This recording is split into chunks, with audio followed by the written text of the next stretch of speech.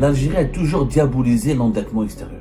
L'Algérie de Tebboune, notamment, a toujours diabolisé par la bouche même d'Abdelmajid Tebboune le recours à l'endettement extérieur. Durant toutes ses sorties médiatiques, durant toutes ses interviews, il redit toujours la même chose. L'Algérie est souveraine, l'Algérie ne va pas s'agenouiller, l'Algérie ne va pas céder à l'endettement. Ce discours a été finalement contredit magistralement par l'annonce de la Banque islamique de développement et qui annonce qu'elle va donner des prêts, qu'elle va prêter à l'Algérie 3 milliards de dollars sur 3 ans. On ne comprend plus rien. D'un côté, les dirigeants algériens et le président de la République nous disent que l'endettement, non, jamais, plus jamais ça, jamais on fera ça, c'est haram. De l'autre côté, on va à la Banque islamique de développement et on prend et on demande 3 milliards de dollars pour financer des projets en Algérie. Il faut arrêter de mentir aux Algériens et aux Algériens. Voilà ce que l'Algérie a fait avec la Banque islamique de développement, les Algériens et les Algériens sont choqués. Sont choqués parce que, d'abord, les médias publics algériens n'ont pas parlé. Est-ce que c'est judicieux de la part de l'Algérie d'emprunter pour financer des projets de train, notamment le fameux projet de train de Rarj Bilet. Avec le projet, il sera jamais rentable. Alors ça va être une catastrophe. Là, on sera dans une situation... L'Algérie a toujours diabolisé l'endettement extérieur. L'Algérie de Tebboune, notamment, a toujours diabolisé par la bouche même d'Abdelmajid Tebboune le recours à l'endettement extérieur. Abdelmajid Tebboune de 2021, voire de 2022 jusqu'à 2025, durant toutes ses sorties médiatiques, durant toutes ses interviews, à chaque fois qu'il participe à une conférence ou à un événement, où il inaugure un événement économique, il redit toujours la même chose. L'Algérie est souveraine, l'Algérie ne va pas s'agenouiller, l'Algérie ne va pas céder à l'endettement. Il a fait croire aux Algériens et aux Algériens que s'endetter est une façon ou est une manière de trahir son pays, de troquer ou de brader la souveraineté de son pays ou de la troquer contre des avantages financiers qui finiront par provoquer des atteintes à la souveraineté nationale et des atteintes à la sécurité nationale. Ce discours a été finalement contredit magistralement par l'annonce de la Banque islamique de développement qui a tenu une réunion importante à Alger depuis le 20 mai dernier et qui annonce qu'elle va donner des prêts, qu'elle va prêter à l'Algérie 3 milliards de dollars sur 3 ans. On ne comprend plus rien. D'un côté, les dirigeants algériens et le président de la République nous disent que l'endettement, non, jamais, plus jamais ça, jamais on fera ça, c'est haram, c'est dangereux, c'est une violation de la souveraineté du pays, on va compromettre l'avenir du pays, sa sécurité nationale. D'un autre côté, on va à la Banque islamique de développement et on demande 3 milliards de dollars pour financer des projets en Algérie. C'est une contradiction. Encore une fois, le régime actuel fait preuve d'incohérence, de contradiction, d'un manque, on va dire, de malhonnêteté tout court. Il faut arrêter de mentir aux Algériens et aux Algériens. Voilà ce que l'Algérie a fait avec la Banque islamique de développement, c'est une très bonne chose. Et l'Algérie devrait le faire avec plusieurs organismes internationaux. Aucun pays au monde, je dis bien aucun pays au monde ne peut se financer tout seul avec son propre argent. Même la plus grande puissance au monde, les États-Unis d'Amérique sont endettés, elles s'endettent. Même les États-Unis d'Amérique s'endettent pour financer leurs propres besoins, leur propre économie. Il n'est pas possible de ne pas s'endetter pour assurer un développement rapide, progressif, ou harmonieux, ou utile et efficace de son pays. C'est pas possible. L'économie actuellement nécessite des capitaux importants pour industrialiser le pays, pour se doter des nouvelles technologies, pour assurer le fonctionnement des services publics, pour créer des emplois. Il faut des capitaux.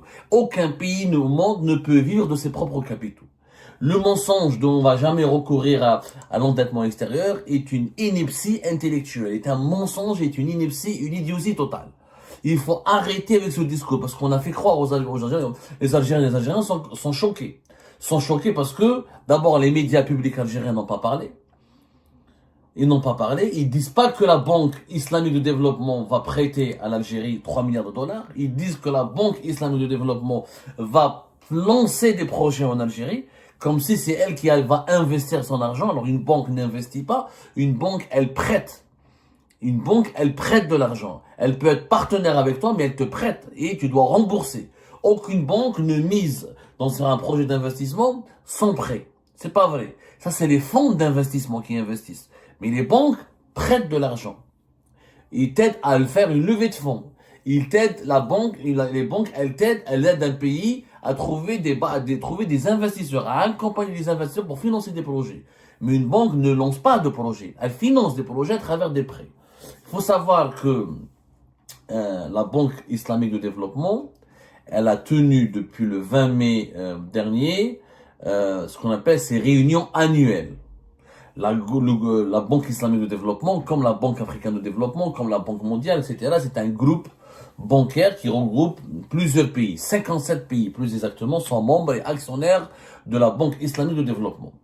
Et les ministres des Finances, de l'économie et du commerce et du développement international de ces 57 pays se sont retrouvés à Alger pour ce qu'on appelle la 50e session de la réunion du Conseil des gouverneurs de la Banque islamique de développement. C'est une réunion importante qui permet à la Banque islamique de développement de planifier sa stratégie, d'affiner ses investissements, d'affiner ses stratégies, de planifier ses investissements, de parler de sa politique de développement, de faire ses bilans, d'annoncer, de discuter des projets qu'elle doit financer ou auxquels elle doit participer. Il faut savoir que l'Algérie est un membre fondateur du groupe de la Banque islamique de développement et que l'Algérie a déjà accueilli ces réunions annuelles de la Banque islamique de développement à 2 reprises. La première fois, c'était en février 1990.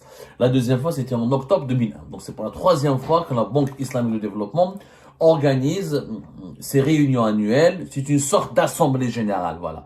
Une sorte d'assemblée générale en Algérie. Alors, la Banque islamique de développement, les Algériens et les Algériens ne la connaissent pas beaucoup, parce que malheureusement, nous n'avons pas, notre opinion publique, elle manque cruellement de culture économique, puisque dans notre économie en Algérie, elle est intoxiquée par les mensonges, les fake news, la médiocrité et les idées préconçues. On ne dit jamais la vérité aux Algériens et aux Algériens. Donc, on leur explique que notre pays, il est actionnaire de la Banque islamique de développement, qui existe depuis 1973, qui a commencé ses activités en 1975 et qui est basée à Jeddah, en Arabie Saoudite. Pourquoi? Parce que l'Arabie Saoudite est son actionnaire le plus important. La Banque islamique de développement, elle a 2 bureaux régionaux. Le bureau de l'Afrique du Nord, il est basé au Maroc, à Rabat. Il y a un bureau à Kuala Lumpur, la Malaisie. Il y a un autre bureau, en 1997, il a été ouvert en Kazakhstan pour servir de lien avec les membres de la Banque islamique de développement qui sont des pays musulmans les anciennes républiques de l'Union soviétique, comme le Kazakhstan, le Kyrgyzstan, l'Ouzbékistan. Ça, c'est des pays du Caucase et qui sont à forte dominance musulmane. La Banque islamique de développement, comme le nom l'indique, elle regroupe pratiquement tous les pays musulmans ou les pays qui abritent une communauté musulmane importante. Ce sont des pays qui ont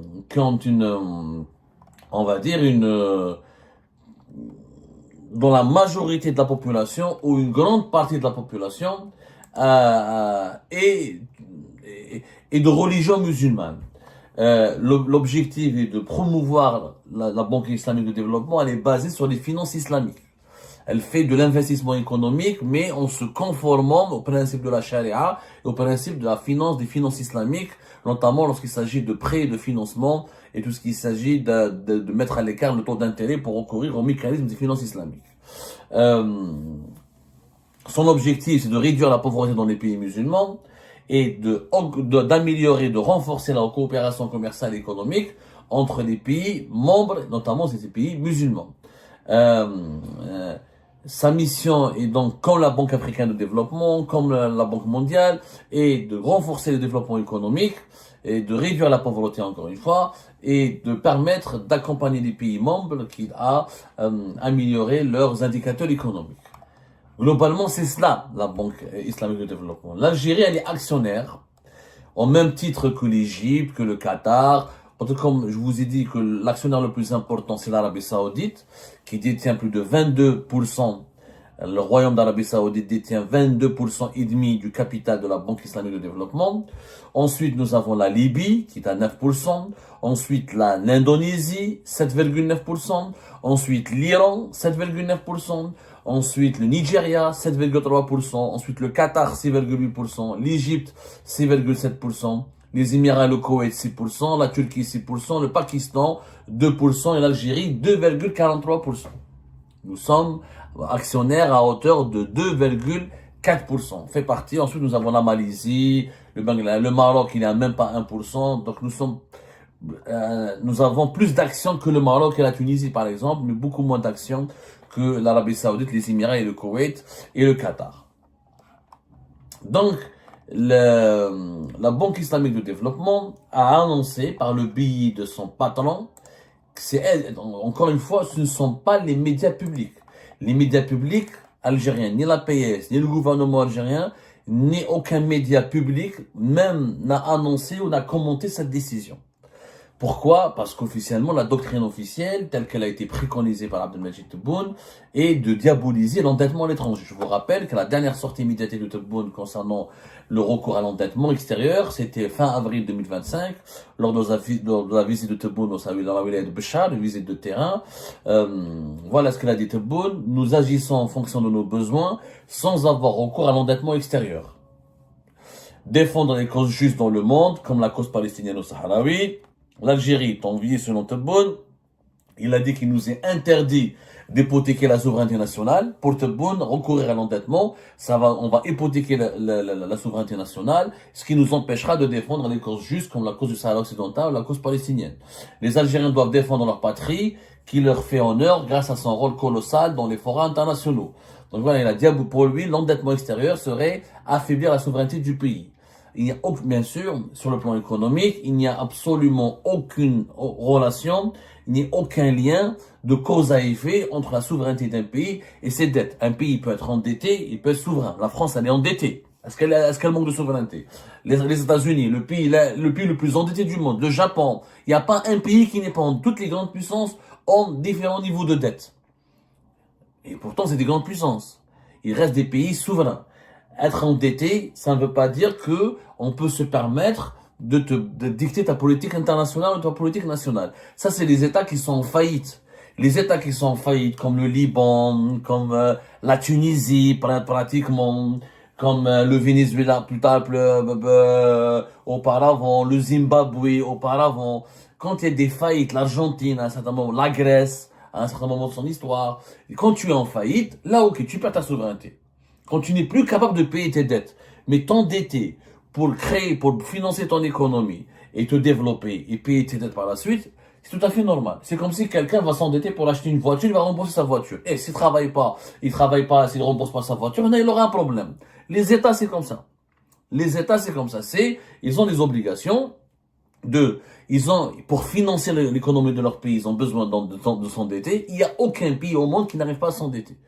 Mis à part peut-être les monarchies du Golfe. Les monarchies du Golfe, c'est un cas spécial. C'est des populations en nombre inférieur par rapport à des richesses et des réserves de change illimitées. Donc ils n'ont pas besoin de s'endetter. Les Qataris, les Émiratis, même les Saoudiens qui sont plus de 30 millions d'habitants, mais ils ont des richesses illimitées.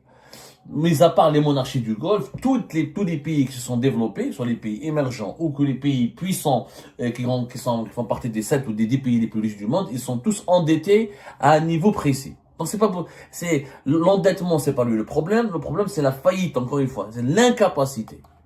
Sachant que l'Algérie, nous avons parce qu'il y a deux types d'endettement, l'endettement interne et l'endettement externe. L'endettement interne, c'est quand l'État crée lui-même sa propre monnaie, fabrique de sa monnaie, il emprunte et il dépense beaucoup plus que ce qu'il gagne comme argent. Ça crée le déficit budgétaire et il s'endette auprès du trésor public. Il continue à fabriquer sa monnaie en quantité importante pour financer sa dette publique. La dette publique est le résultat direct du déficit budgétaire. On en a déjà parlé à maintes reprises. Donc, celui qui nous a parlé de ce prêt de 3 milliards de dollars, c'est dans un entretien qui a été donné à la chaîne Nahar TV, c'est le président du groupe de la Banque islamique de développement, Mohamed Souleymane El Jasser. Mohamed Souleymane El Jasser, c'est lui qui a annoncé la conclusion d'un accord avec l'Algérie portant sur un financement de plus de 3 milliards de dollars, des prêts de 3 milliards de dollars, sur une période de 3 ans, étalée sur 3 ans. Et ces prêts vont permettre à l'Algérie de financer plusieurs projets importants, notamment dans le domaine du ferroviaire. Les lignes Béchar, Tindouf, les fameux projets de lignes ferroviaires que l'Algérie veut développer incessamment. Notamment, il s'agit l'Algérie a pour l'ambition de créer 6000 kilomètres supplémentaires pour son réseau ferroviaire. Bon, là c'est un problème, parce que attention, On parlera après, plus tard. Est-ce que c'est judicieux de la part de l'Algérie, je dis bien, est-ce que c'est judicieux de la part de l'Algérie d'emprunter pour financer des projets de train, notamment le fameux projet de train de Raj Bilet, qui doit prendre qui doit et permettre d'extraire le fer de Raj Bilet pour l'emmener ensuite jusqu'à Oran. C'est un train de plus de 1000 km. Et qui va nous coûter pratiquement 6 milliards de dollars. Si ce n'est pas plus. Si ce n'est pas plus. Si ce n'est pas plus. Avec le projet, il sera jamais rentable. Et si on utilise l'enveloppe, la plus grande enveloppe de la Banque islamique de développement pour financer ce projet de train, là ça va être une catastrophe. Là, on sera dans une situation vraiment impressionnante, mais vraiment inquiétante, impressionnante de par ses proportions, parce que c'est un projet qui sera jamais rentable. Je dis bien, c'est un projet qui ne sera jamais rentable. Bon, on en parlera plus tard. On en parlera plus tard. On va pas essayer d'analyser. On va pas essayer de tout analyser dans une seule émission. Mais la Banque islamique de développement, le gouvernement algérien aurait dû être honnête et expliquer et reconnaître qu'il a recouru à l'endettement parce que l'Algérie, avec son argent, ne peut pas tout seul financer son économie. D'ailleurs, l'Algérie a signé plusieurs accords avec la Banque islamique de développement, des accords qui ont été médiatisés de façon totalement superficielle, qui n'ont pas été suffisamment expliqués. Par exemple, il y a un partenariat sur le développement du capital humain et de la coopération régionale, un accord sur le renforcement des outils de finance islamique, un autre accord pour l'assistance. L'Algérie va bénéficier de l'assistance de la Banque islamique de développement pour la diversification des exportations hors hydrocarbures. Un accord, une convention avec la compagnie algérienne d'assurance et de garantie des exportations et la société islamique pour l'assistance des investissements et du crédit à l'exportation, qui est une filiale de la Banque islamique de développement. Un autre accord qui a été signé entre il y a eu plusieurs accords en tout cas qui ont été signés, qui n'ont pas été suffisamment médiatisés. On sent une certaine gêne, voilà. Par exemple, dans le domaine du commerce, c'est un accord de coopération entre les pays membres du groupe de la Banque islamique de développement et la Chambre algérienne de commerce et d'industrie, avec un accord de coopération avec le forum d'affaires du groupe de la Banque islamique de développement. Donc on sent une véritable gêne de la part des autorités algériennes à médiatiser ces accords et ces projets avec la Banque islamique de développement parce qu'il y a eu l'histoire de ce prêt. C'est un endettement de la part de l'Algérie selon les mécanismes du financement islamique, mais ça reste un endettement extérieur. Et les autorités algériennes ont été totalement gênées. Elles ont été gênées, elles sont un peu discréditées. Parce que toi, quand le président algérien fait tout depuis des années, il nous chante les méfaits de l'endettement extérieur. Et il conditionne la population de son pays pour qu'elle soit hostile, pour qu'elle perçoive l'endettement extérieur comme étant une menace contre la souveraineté du pays, une menace pour l'avenir et la sécurité du pays. Et que du jour au lendemain, après tant d'années de propagande, pour tant d'années d'explications et d'une campagne médiatique et politique très violente et très intense, à la fin, l'État algérien va prendre 3 milliards de dollars à la Banque islamique de développement. Et la population algérienne va se poser des questions. Ça fait 5 ans qu'on leur dit que c'est mauvais, que c'est haram, que c'est dangereux, que c'est extrêmement compromettant pour l'avenir du pays. Et d'un coup, on se sert dans les caisses de la Banque islamique de développement. Tout cela est le fruit du mensonge et de la malhonnêteté. L'Algérie n'a absolument pas tort à recevoir un prêt ou des prêts. L'Algérie, au contraire, c'est un immense pays, c'est un immense territoire. Les besoins sont immenses. Nous avons un niveau de sous-développement inquiétant. On n'a pas d'industrie performante. On manque encore d'infrastructures. On a une population qui ne cesse de croître, qui va dépasser bientôt la barre des 50 millions d'habitants. On a besoin de trains, d'autoroutes, de nouveaux aéroports, d'avions, mais surtout d'usines pour créer des emplois. On a besoin de ces investissements. On a besoin de ces prêts pour financer ces investissements. Mais celui qui vous dit le contraire est un mensonge. Je le dis et je le répète.